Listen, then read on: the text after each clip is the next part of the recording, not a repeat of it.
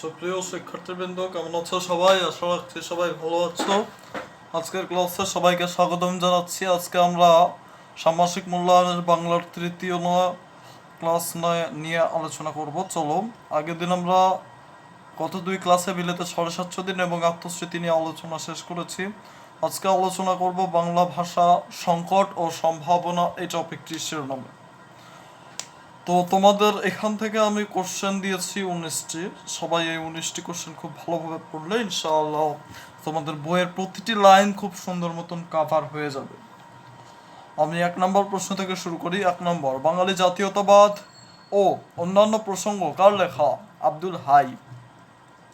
দ্বিতীয় প্রশ্ন, সাহিত্য সাধনা বইটির লেখক কত সালে রচনা করেন? 1973 সালে রচনা করেন।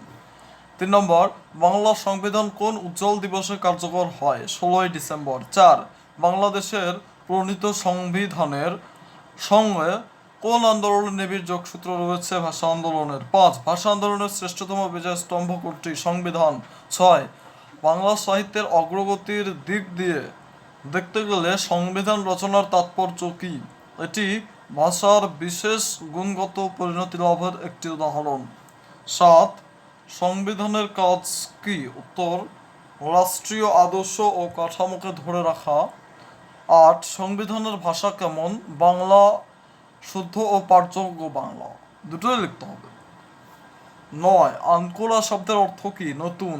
10, কোন দুটি ক্ষেত্রে বাক্য এবং শব্দকে সবসময় শোনার মতো ওজন করে লেখার দরকার হয় না? প্রশাসন ও উচ্চশিক্ষায়।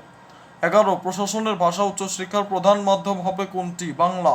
12, শিক্ষণীয় সব বিষয়ের মাধ্যম কোনটি হবে? উত্তর হচ্ছে বাংলা। এরপরে 13, বিশেষজ্ঞ ও পণ্ডিতের লেখা বই সবসময় কেন ইংরেজি ভাষায় পড়তে হবে? শিক্ষা ও জ্ঞানের পূর্ণতার জন্য। 14, ব্যর্থতা শব্দের অর্থ কি? যার অর্থ দুই রকমের। 15, ওই যে কিছু আছে না যে একই শব্দ ভিন্ন অর্থ, ওই জিনিসটাকে বোঝায়। 15, রাষ্ট্র সংশ্লিষ্ট চিন্তাকে কি বলে? রাষ্ট্রচিন্তা। 16, ছায়াপাত অর্থ কি? প্রতিফলন। 17, বিশ্লেষণমূলক রচনার প্রধান উপকরণ কয়টি ও কি কি? 2টি, যথা উপাত্ত ও তথ্য।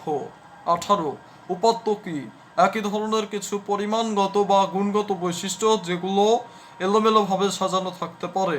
19, বিশ্লেষণমূলক রচনা কাকে বলে? উত্তর, উপাত্ত ও তথ্য বিশ্লেষণ করে নতুন নতুন তথ্য তৈরি করে বিশ্লেষিত তথ্য দিয়ে যে রচনা লেখা হয় তাকে বিশ্লেষণমূলক রচনা বলে। সুপ্রিয় শিক্ষার্থীবৃন্দ, তোমরা এই 19টি প্রশ্ন খুবই ভালোভাবে পড়বে ইনশাআল্লাহ।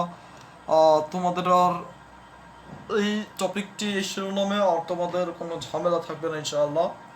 তো ভালো থাকো, সুস্থ থাকো, সকলের সুস্বাস্থ্য কামনা শেষ করছি। আবারও বলে রাখি, এই ভিডিওগুলো কোনোভাবেই তোমাদের কোনো পরীক্ষার সাজেশন নয়। এই ভিডিওগুলো শুধুমাত্র তোমাদের এই কনসেপ্টগুলো ক্লিয়ার করার জন্যই তৈরি করা। তো এগুলোকে সাজেশন ভেবে বা কমন ভেবে তোমরা কখনোই গ্রহণ করবে না। শুধু পাঠটা বোঝার জন্যই তোমরা এটা ব্যবহার করবে ইনশাআল্লাহ। ধন্যবাদ সবাইকে। আসসালামু আলাইকুম ওয়া রাহমাতুল্লাহ।